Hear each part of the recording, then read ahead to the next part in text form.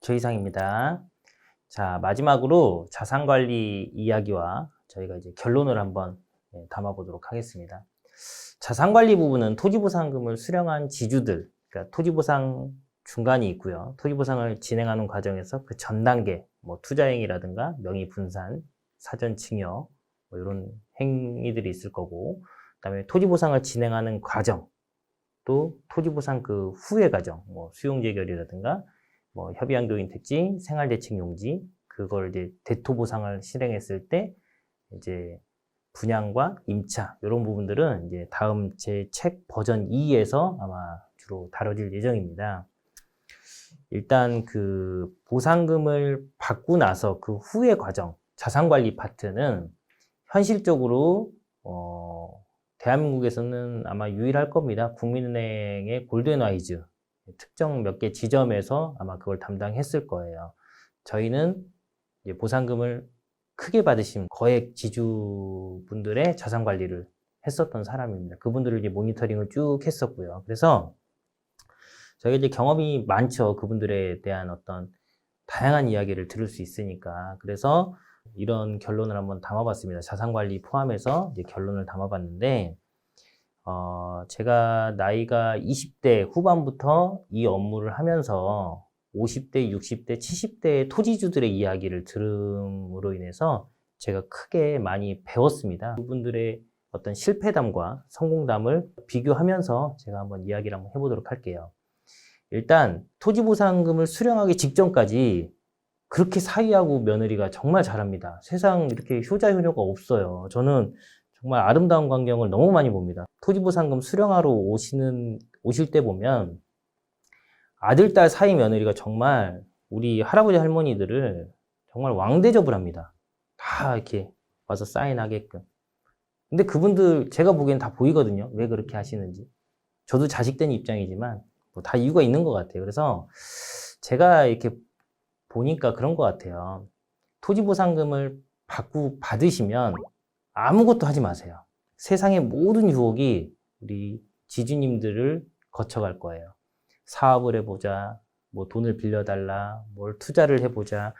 특히 지금은 자식이 하나지만 자식이 여러 명이지 않습니까? 그럼 걔 중에 아픈 손가락이 꼭 있는 법이거든요. 그럼 그 아픈 손가락한테 돈이 가게 돼 있어요. 아들들한테 건너간 돈은 다시 나한테 넘어오지 않습니다. 딸한테 넘어간 돈은, 저는 그런 걸 많이 봤어요. 딸한테 넘어간 돈은 좀 방송에서 표현하기 좀 그런 용어지만, 야, 이년아 갖고 와. 이렇게 해가지고 다시 돈도 오가고 해요. 한 주머니가 될 수 있어요. 근데 아들한테 건너간 돈은 이게 남의 돈이거든요. 그래서 돈이 건너가는 순간 그 부모는 힘을 잃게 됩니다.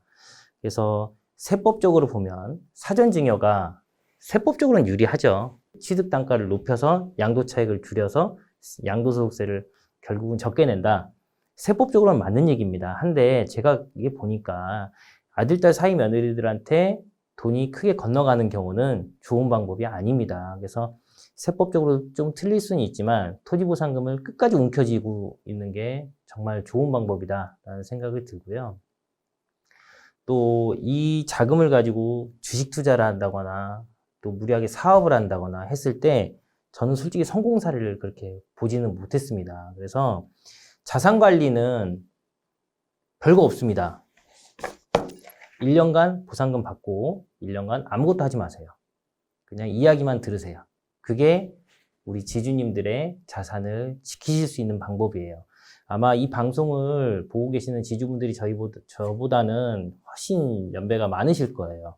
근데 너무 실패 사례를 많이 봤기 때문에 제가 감히 이런 말씀을 드립니다.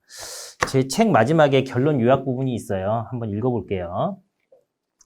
LH 등으로 우편물이 오면 잘 받고 대체기가 만들어지면 가입은 하는데 돈은 내지 말아라. 큰 도움은 안 된다.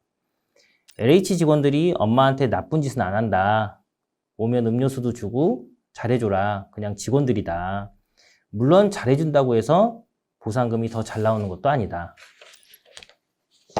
자, 엄마가 대책이 돈 안 내면 영업하는 법무법인, 세무법인들이 대책이 돈 낼 거다. 거기서 하는 이야기를 듣고 반드시 비교해봐라. 대책이가 선정하면 업체를 선정을 하면 통상 수수료가 비싸다. 대책위에서 하는 행사가 아무것도 아닌 것 같아도 몇백만 원, 몇천만 원이 발생한다. 그 돈을 누가 내겠습니까? 민간개발처럼 건설회사가 내주는 것도 아닌데 돈이 많이 들어갑니다. 생각보다. 보상완전정복이라고 하는 책 광고 좀 할게요. 자, 보상완전정복이라고 하는 책을 사서 유튜브 채널을 보면서 저희한테 카카오톡과 대면 상담을 동시에 해라. 30만 원이면 다 해줍니다. 저희가. 이 책이 30만 원이죠. 보상완전정복 저죠. 저는 대책위, 증권사, 세무사, 법무법인으로부터 엄청난 욕을 얻어먹을 겁니다. 네, 각오하고 있습니다. 그래도 다 비교를 해주니 지주한테는 좋은 겁니다. 시위, 데모 같은 거 하지 말고 그냥 엄마는 엄마 일 해라.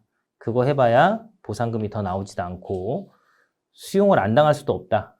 지연만 될 뿐. 나중에 소송도 당합니다. 현실적으로 투쟁을 선동하는 것은 대책위와 법무법인이니 그냥 너무 미운 털 안 박히게 동의만 해주고 큰 기대는 안 하는 것이 좋다. 보상금이 날라오면 협의보상 통지문이 나오죠. 손실보상 명세서가 날라오면 절반은 계약하고 절반은 내년으로 넘기든가 재결하든가 해라. 재결해도 크게 오르지는 않는다. 감사합니다 변호사님이라고 이야기하는 지주를 실제로 저는 본 적이 없습니다. 재결 현장은 재결금을 받아가는 현장은 모두 법무법인 욕만 합니다. 시간만 버렸다고. 대토하고 싶으면 믿을만한 대토업체를 골라서 하고 선지급의 경험이 있는 회사는 피하고 선지급이 있는 회사들은 요즘 사실상 큰 위기입니다. 굉장히 위험합니다. 선지급이 있는 회사는. 선지급이 없고 대토보상의 처음부터 끝까지를 경험한 회사가 좋아.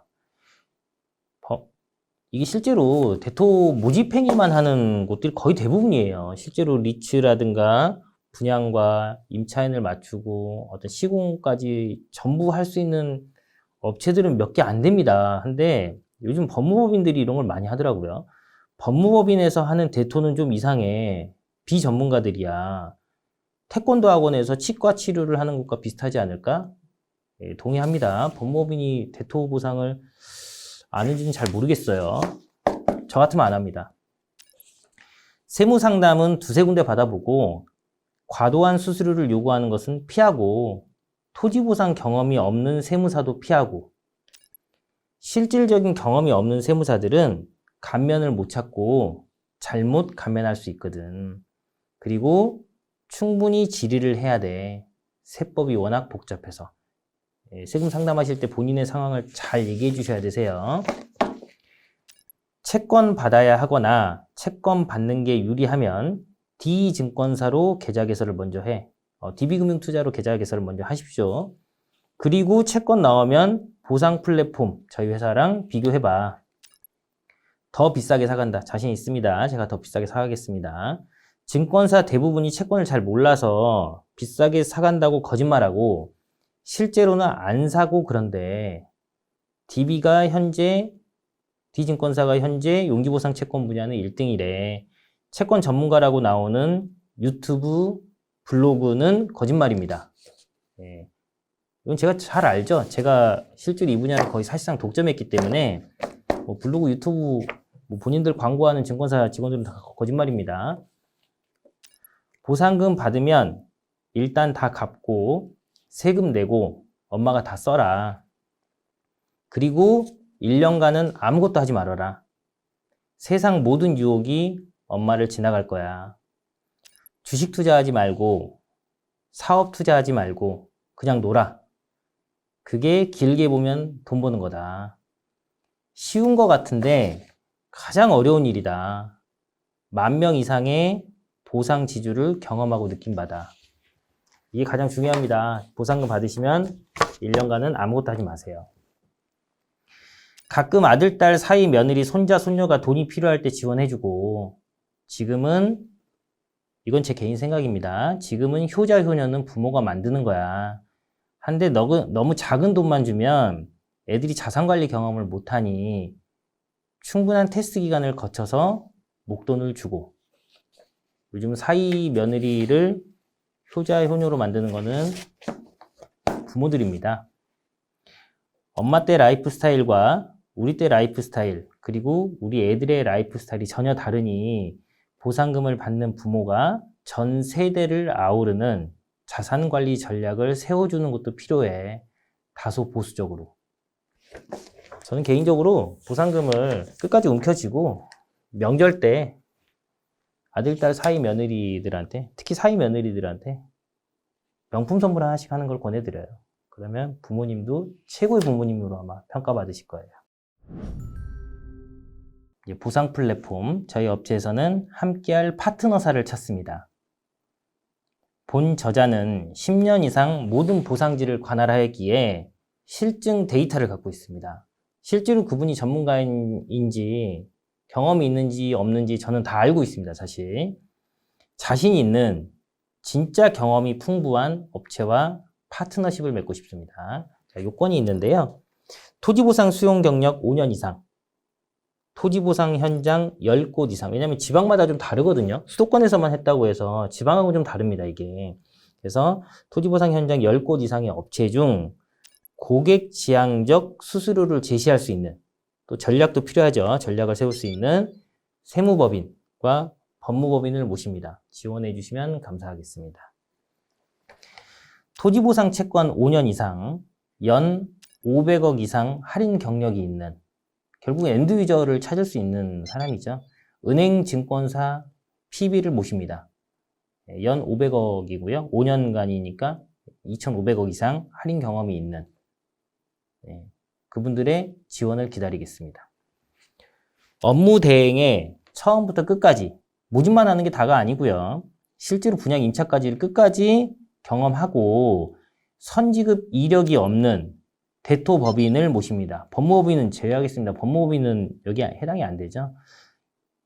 선지급 이력이 없는 대토법인을 모시겠습니다. 지주가 추천하는 지주추천 감정평가에 자신 있는 감정평가사분들을 모시겠습니다. 이렇게 자신 있는 분들은 저희 보상 플랫폼과 함께할 파트너사로 저희가 모시고 싶습니다. 이런 분들의 많은 지원을 바라고요. 우리 보상금을 수령하실 지주분들에게 좋은 자료가 됐으면 좋겠습니다. 네, 감사합니다.